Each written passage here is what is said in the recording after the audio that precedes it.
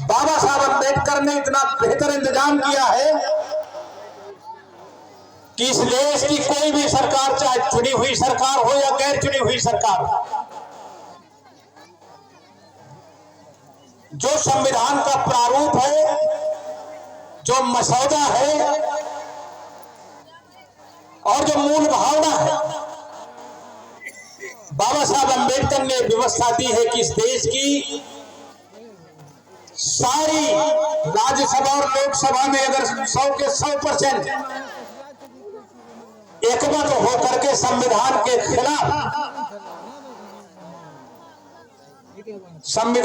खिलाफ कोई विधेयक पारित करें, नहीं माना जाएगा। इस देश का बड़े से बड़ा प्राधिकारी, जिन्हें हम ब्यूरोक्रेट बोलते हैं, वे कोई ऐसा कानून बना दें जिससे संविधान की भावना आहत हो रही हो, संविधान की धारणा, संविधान की प्रतिष्ठा और संविधान में दिए गए हक और अधिकार के विपरीत है, नहीं माना जाएगा। ऐसा कानून रोशनी में आते ही मरा हुआ मान लिया जाएगा। इस देश का चीफ जस्टिस, इस देश का राष्ट्रपति अगर वो चाहे कि अपने हस्ताक्षरों से अपनी ताकत का प्रयोग करके नया संविधान बना दे या संविधान में परिवर्तन कर दे तो नहीं हो सकता। इतना बेहतर इंतजाम बाबा साहब अम्बेडकर ने किया। बाबा साहब अम्बेडकर ने जो संविधान में फंडामेंटल राइट्स दिए, मौलिक अधिकार दिए, जो समता मूलक समाज की स्थापना का फार्मूला है, उसको तो कोई छू ही नहीं सकता। मौलिक अधिकार को कोई नहीं छू सकता। अगर कोई ऐसा कानून चुनी हुई सरकार या गैर चुनी हुई सरकार, छोटी सरकार या बड़ी सरकार, कोई ऐसा कानून बना देती है बहुमत के घमंड में, जो मौलिक अधिकार के विपरीत हो, उसको न्यून करता हो या उसको समाप्त करता हो, तो ऐसा कानून रोशनी में आने के बाद स्वतः हम पड़ जाएगा, मौत हो जाएगी उस कानून। यानी ऐसा कोई कानून भारत में लागू नहीं हो सकता जो फंडामेंटल राइट्स के खिलाफ, कोई नहीं बना सकता। अनुच्छेद 368 ये प्राविधान करता है संविधान में संशोधन का, किस तरह की चीजों का संशोधन किया जाएगा ये भी निश्चित है। अनुच्छेद 368 में जो संविधान संशोधन की व्यवस्था दी गई, एक चैप्टर ही दिया गया है, और यह भी निश्चित किया गया कि किस तरह की चीजों का संशोधन समय और काल परिस्थितियों के अनुरूप आने वाले वक्त में जो तमाम तरह की बातें आएंगी, उनसे निपटने के लिए संविधान में परिवर्तन किया जाएगा। लेकिन उसका एक दायरा है, किन किन बातों पर किया जाएगा। इंसानियत खतरे में है, संविधान खतरे में नहीं। हमने अपने मत का प्रयोग अपने भाईचारा को किनारा करके, अलग अलग टुकड़ों में बट करके, अलग अलग काबिलियत दिखा करके जो वोट का बंटवारा हमने कर दिया और ऐसी सरकार बदले में आ गई। ये सरकार 32% वोट की है। लोकसभा का चुनाव 2019 में जो हुआ, ये 32% वोट पा करके केंद्र की सत्ता में आरूढ़ हो गई भारतीय जनता पार्टी। वोट कितना मिला? 32%। बचा कितना? 68%। 68% वोट वाले नहीं बन पाए। अब 2%, 32% वोट पा करके भारतीय जनता पार्टी केंद्र में सत्तारूढ़ हो गई। 68% में क्या हुआ? 68% में विभिन्न तरह के लोगों ने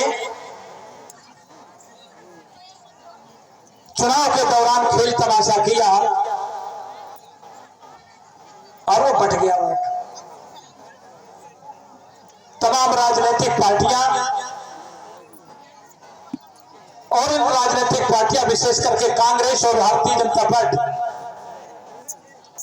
की बुद्धि, बल और धन के बल पर जो तमाम छोटी छोटी पार्टियां खड़ी कर दी गई, तमाम सामाजिक संगठन बन गए, उन लोगों ने तमाम वोट का तितर बितर कर दिया। 68% वोट विखंडित हो गया। 5%, 10%, 15%, 20%, 21%, ये 68% विभिन्न हिस्सों में बढ़ गया। अब 32% वालों ने बाजी मार ली, सरकार बन गई। तो जब हम ही सरकार बनाने वाले हैं,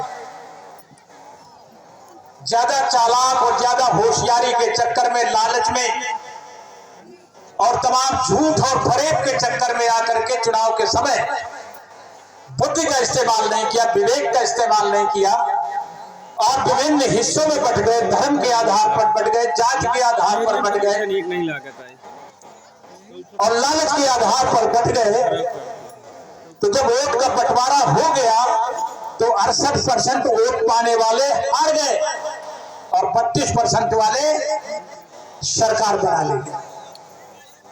इसलिए संत महापुरुषों, गुरुओं की जयंती या पुण्यतिथि मनाने से ही काम नहीं चलेगा। इस दिशा में हमें काम करना पड़ेगा। अब वो विषम परिस्थितियां नहीं, जिन परिस्थितियों में इन संत महापुरुषों और गुरुओं ने अलख जगाने का काम किया है, इस देश के नागरिकों को हक और अधिकार दिलाने का काम किया है, वे विषम परिस्थितियां थी, वे अकेले थे। आज वो विषम परिस्थितियां नहीं, आज हम बोल सकते, अपनी बात को कह सकते, हम पढ़ लिख सकते हैं, लेकिन समाज को जागरूक बनाने में अहम भूमिका हमारी नहीं होती। हम पढ़ लिख गए, थोड़ा पैसा इकट्ठा हो गया, हमारी जमात अलग बन गई, हम फिर कमजोर और अपने लोगों के बीच में बैठने में तौहीन समझने लगे, हमने अलग सोसाइटियां। भाई संतों ने कह रखा है ना कि अपने ऊंचे से ऊंचे की दोस्ती करनी चाहिए, नीचे की दोस्ती नहीं। अपने से सशक्त की दोस्ती करनी चाहिए, जो ऊंचा हो उससे दोस्ती करनी चाहिए। ऊंचा तो नहीं बन पाओगे लेकिन सुरक्षित रहोगे। तो हमारे लोग भी जब थोड़ा बहुत पैसा कमा लेते ना, नौकरी चाकरी में पैसा कमा लेते, तो उन्होंने सुन रखा है धर्म की बात कि ऊंचे की दोस्ती करनी चाहिए, नीचे की दोस्ती करनी नहीं चाहिए। और तुम अपने ऊंचे से दोस्ती कर लिए, एक जमात बना लिए, वो जानते कि ये हमसे नीचा, तो वो तुमसे दोस्ती नहीं करे, तुम जबरदस्ती दोस्ती किए घूम रहे। वो अपने से ऊंचे की दोस्ती कर रहा, वो और अपने से ऊंचे की दोस्ती कर रहा। तुम नीचे से भी कट गए, समाज से भी कट गए, और उधर कुछ मिलना जुलना नहीं है, शोषण हो गया। फिर रिटायरमेंट के बाद चिल्लाते हैं, जो तुमने कर्म किया, जब कुछ करने लायक थे उस समय कुछ किया नहीं, और जब रिटायर हो गए तो तुम्हें कोई नहीं पूछ रहा, जब उस समय तुमने नहीं पूछा तो तुम्हें कोई नहीं पूछ रहा। तो लगता है कि यार सलाम मिलता था, लोग इतना स्वागत करते थे, सत्कार करते थे, अब हालांकि कोई पूछ नहीं रहा। नहीं, आपकी बात नहीं कर रहे हैं, ना ना ना ना, आपने काम किया, उस समय भी काम किया, आज भी काम किया। जिनकी सही दिशा रही है उनकी पहलू है, वो अपने पर ले गए। अरे हम बड़े बड़े ओहदेदारों के जो IAS IPS हैं, जिन्हें हमने DGP बना दिया, जिन्हें हमने मुख्य सचिव बना दिया, जिन्हों प्रिंसिपल सेक्रेटरी बना दिया, बड़े बड़े ओहदों का जिन्हें हमने आयोगों का अध्यक्ष बनाया, खूब माल काटा सरकार के दौरान, और फिर बाद में सोचा कि हम अपनी काबिलियत से आ गए तो दूसरी सरकारों के तलवे चाटने लगे। फौरन जाते हैं बीजेपी से टिकट लेने के लिए, पैसा इकट्ठा दे दिया और टिकट मिल जाए तो जीत जाए। ऐसे लोग जिन्होंने राजनीति का पहाड़ा नहीं पढ़ा, जिन्होंने समाज के दुख दर्दों में भाग नहीं लिया, जिन्होंने समाज को जगाने का काम नहीं किया, जिंदगी भर दोनों हाथों से लूटते रहे, वह Bharatiya Janata party, Samajwadi party, Congress party में जाकर के मनमाना पैसा करोड़ों रुपया दे करके टिकट ले आते हैं और फिर चिल्लाते हैं। तमाम लोगों को देखा होगा, बहुत बन गए, बीजेपी से तमाम बने, सांसद बन गए और सांसद बनने के बाद में रोने लगे। आज रो रहे हैं ढेर सारे जिन्होंने परिसंघ बना रखे थे, पूरे अनुसूचित जात अनुसूचित जनजाति के पूरे देश के मालिक बन गए, वो आज रो रहे हैं, भारतीय जनता पार्टी को पानी पी पी करके कोस रहे हैं। समाज ने भरोसा किया कि समाज के हित की बात करते हैं, अनुसूचित जाति अनुसूचित जनजाति के कर्मचारी अधिकारियों के हितों की बात करते हैं, मनमाना चंदा ले लिया, शोषण ले लिया, चले गए बीजेपी की गोद में। केवल एक लोकसभा सीट से जीतने के लिए, एमपी बनने के लिए पूरे संगठन जो देश के स्तर पर खड़ा किया गया तो उसे बेचने का काम किया गया। धन है हम लोग, धन है हम लोग जिन्हें मानवर कांशीराम जी जैसे रहबर ने तैयार करने का काम किया। और इसलिए मानवर कांशीराम जी दूरदृष्टा थे, उन्होंने न बिकने वाला समाज क्या तैयार किया, क्या जोड़ दिया, न बिकने वाला समाज, अपने पैरों पर खड़े होने वाला समाज। और उनकी ये सोच थी कि जब न बिकने वाला समाज बन जाएगा तो न बिकने वाला नेता भी तैयार होगा, और अगर नेता बिक भी जाएगा तो समाज को लेके तो नहीं जाएगा, अकेले बिक के चला जाएगा। बहुजन समाज पार्टी को जो कमजोर करने की बात करते हैं वे स्वार्थी और मतलबी लोग हैं। जो बहुजन समाज पार्टी में रह करके ओहदा हासिल किया, शोहरत हासिल की, पैसा इकट्ठा किया, जायज न जाए, उनको बहुजन समाज पार्टी अच्छी नहीं लगी। वो दूसरे दलों में जा करके चक्कर काटने का काम कर रहे हैं। पार्टी मां होती है, पार्टी मां होती है जिस पार्टी से एमएलए बनता है, एमपी बनता है, मिनिस्टर बनता है। और ऐसा शख्स जो मां को धोखा दे दे वो जिंदगी में कभी भी उभर नहीं सकता। एक बार चोट लग सकती है, एक बार धोखे में आ जाता है, लेकिन दोबारा नहीं। इसलिए ऐसे धोखेबाजों से सावधान रहें। और ये जो छोटे छोटे संगठन चला करके समाज को निराश करने की बात करते हैं, तमाम लोग चिल्लाते हैं कि तो बीएसपी गई, अब तो बीएसपी गई, पर बीएसपी मर गई। अब पता नहीं बीएसपी किसको वो देखते हैं, कहां देखते हैं, कहां नहीं देखते। बीएसपी तो अब गई तो पार्टी बदल लेना चाहिए, यहां चला जाने कोई ठिकाना ढूंढ लेना चाहिए, आगे और बुरी स्थिति आ जाएगी। मैं बता दूं साहब कि बहुजन समाज पार्टी किसी भी दृष्टिकोण से कमजोर नहीं। कमजोर कौन है?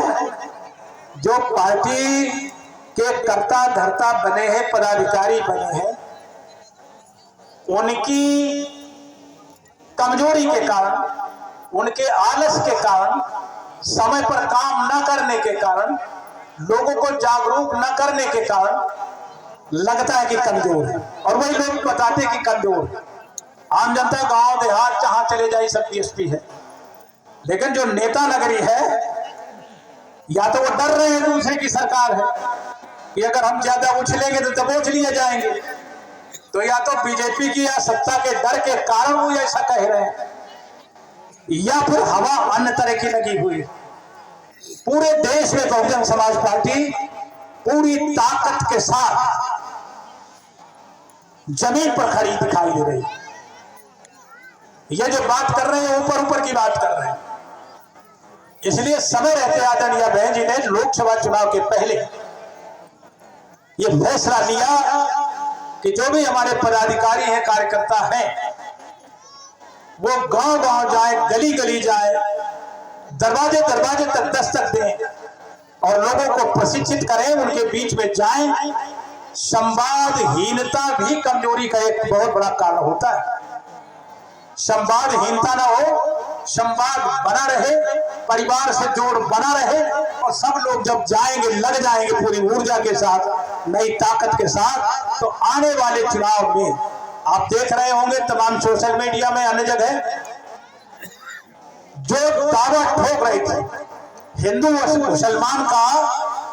और मुसलमान के आधार पर बांट करके राजनीति का काम जो उत्तर प्रदेश में समाजवादी, जो पहले कांग्रेस करती थी और आरएसएस करता था, जनसंघ करता था, अब भारतीय जनता पार्टी और विशेष करके उत्तर प्रदेश में समाजवादी पार्टी ने ठेका रखा है हिंदू मुसलमान के नाम पर।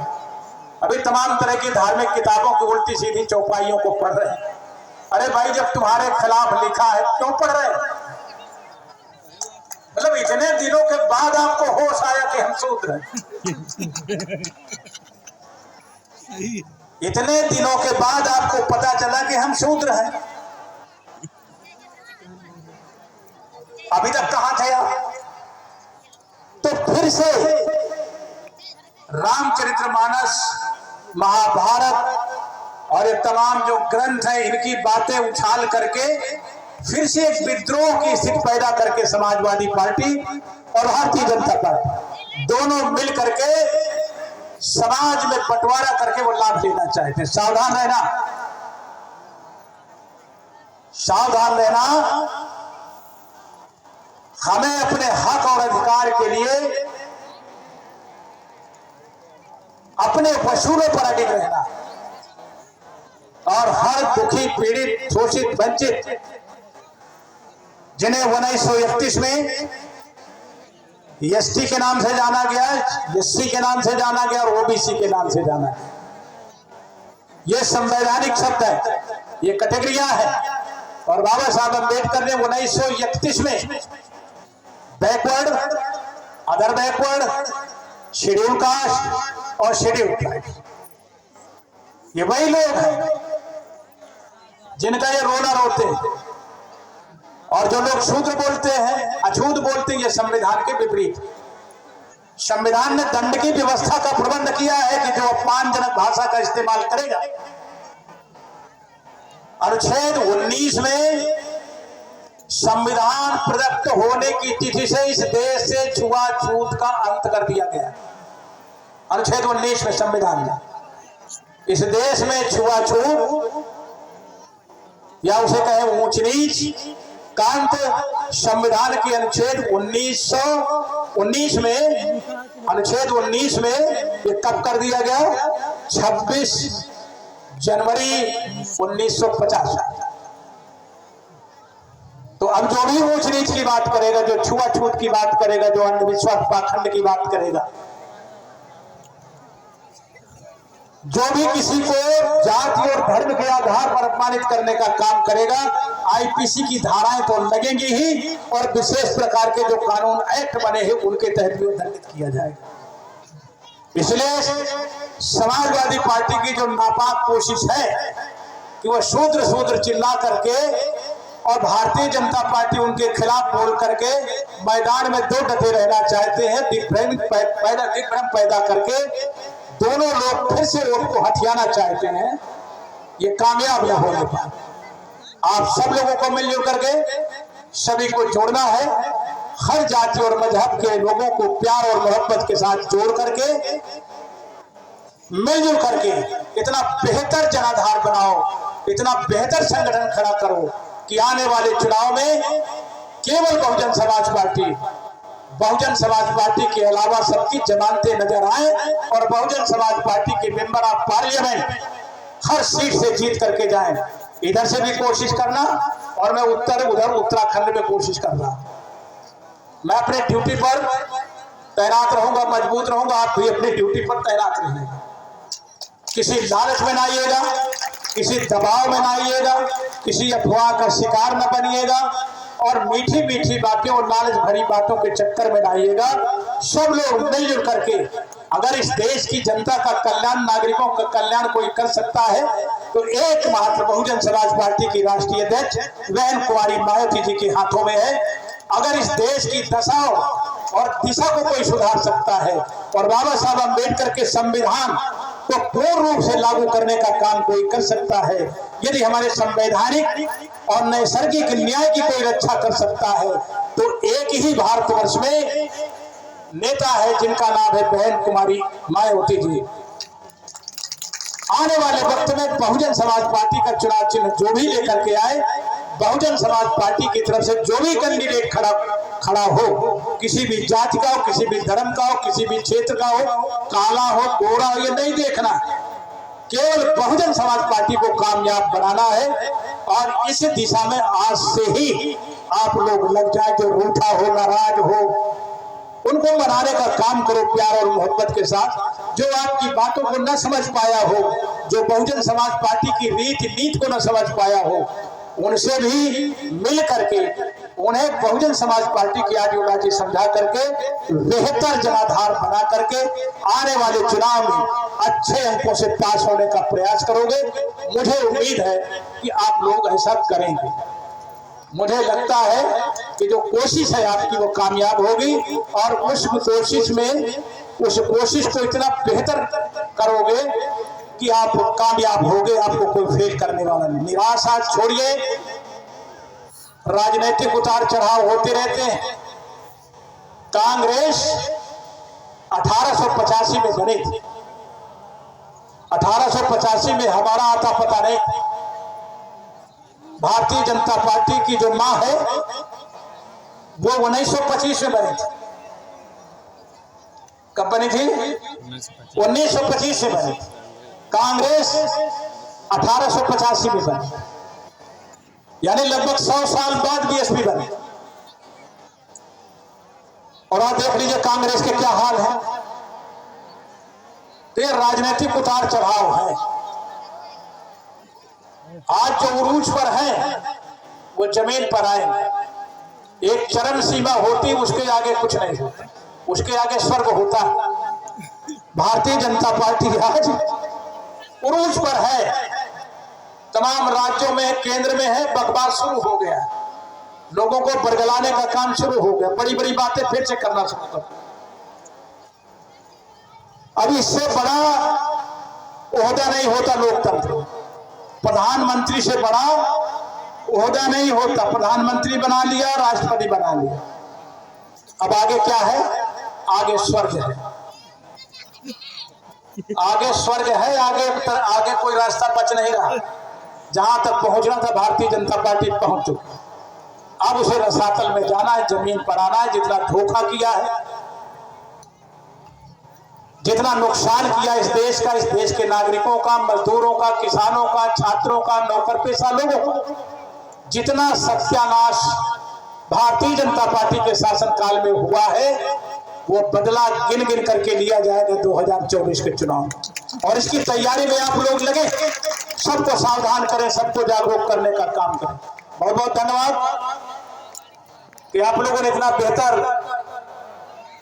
कार्यक्रम का आयोजन किया। लेकिन संत रविदास जी की जयंती एक जगह मना लेने से काम नहीं चलेगा। जो हमारे संत महापुरुष और गुरु रहे, उनकी बातों को, उनके उपदेशों को, उनके प्रयासों को, उनके त्याग और बलिदान को, उनके जीवन संघर्ष और उनके जीवन दर्शन को जन जन तक पहुंचाने का काम करो। और जब इस काम में सब लोग लग जाओगे तो निश्चित ही जीत तुम्हारी है। बहुत बहुत शुभकामनाएं।